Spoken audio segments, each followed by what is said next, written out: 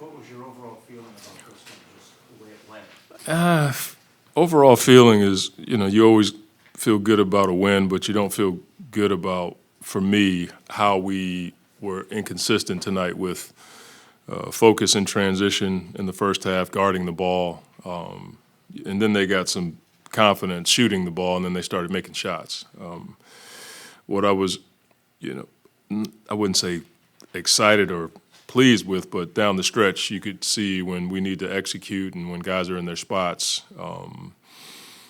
we understand what we need to do. But in the meat of the game, it was just too many my bad situations in transition and just overall guarding the ball. And I think they had 36 points in the paint in the first half. That's not something that we want to be consistent in. But I do understand competitive edge of high-level players. I think there's I don't know what you call it, but when you see that many guys out,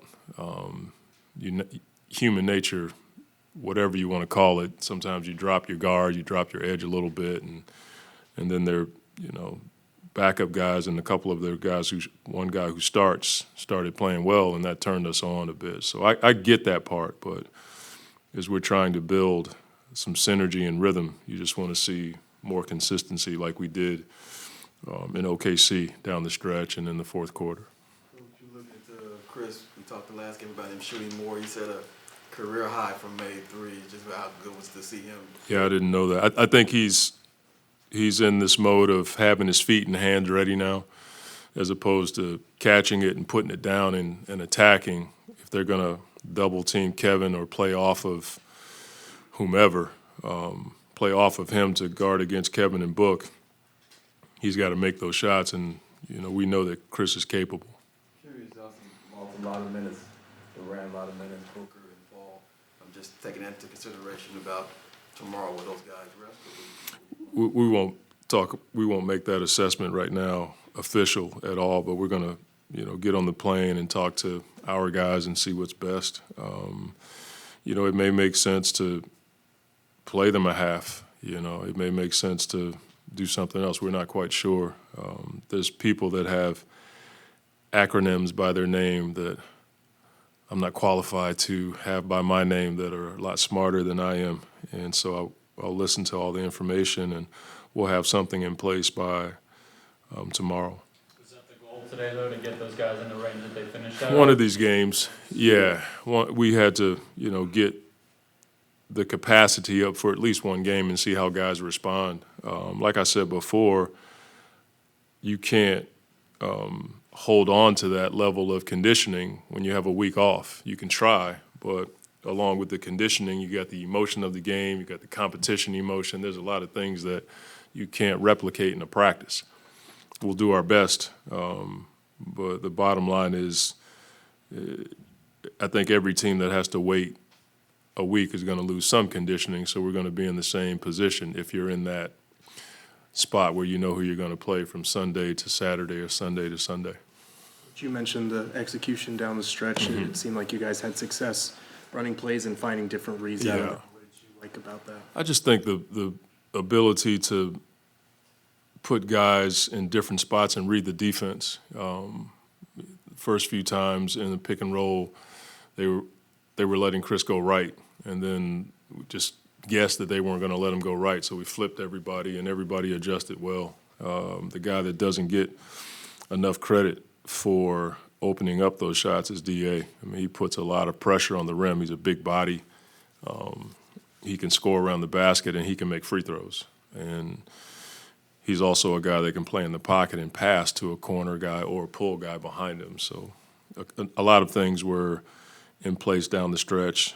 Torrey had a shot in the corner that went in and out. We like guys taking those shots because we believe they can make them, but the spacing and execution has to be at a high level. I do like the inside play between DeAndre versus DeAndre. It's almost like I'd have to look at the film and see. D.A. only got 9 shots tonight, but he was pretty efficient. And his rebound total isn't where it typically is. D.A. can get 10 in his sleep. But that's not a matchup that I was really focused on. I don't think you do that in the game. I have to look at the film and answer that better. Back to Chris for a second. He has talked about playing off the ball, catch and shoot more, and tonight especially, he didn't really touch the ball much in the half-court offense. It didn't seem like until in halfway through the fourth quarter, and he has back-to-back 20-point games for the first time, in months. You're seeing him adjust to the offense? Yeah, I think so. I think he's been doing it most of the year. I mean, if you think about earlier this year when Book was out, McHale had the ball and down the stretch. The game in San Antonio, we put McHale in sideline pick and roll. Chris has adjusted. I don't know who's done it the most. I think everybody has, even Book. With Kevin coming, Book, KD has the ball, and Book finds himself in a corner. That's something that I think we all have to do, but in respect to a guy that's always had the ball in his hands like Chris Paul, that's a huge adjustment, especially bringing the ball down the floor, and with the ball you see the defense set. Now he's on a wing. It's probably a different perspective for him. Coach, looking at Devin. I got a flight. Looking at Devin struggling with the ball, are you concerned at all at this point? Nah. I think there's guys that, in this league that you would be concerned, not Book. He puts a lot of work into his game, and, if he has games like this, I just don't concern myself with it. I know and the thing about Book is he can find other ways to be effective. He's not just a guy that has to jack up threes or jump shots. He can get to the basket, he can facilitate, and that's how you become effective when your shot's not going. Thanks, Coach. Thank you.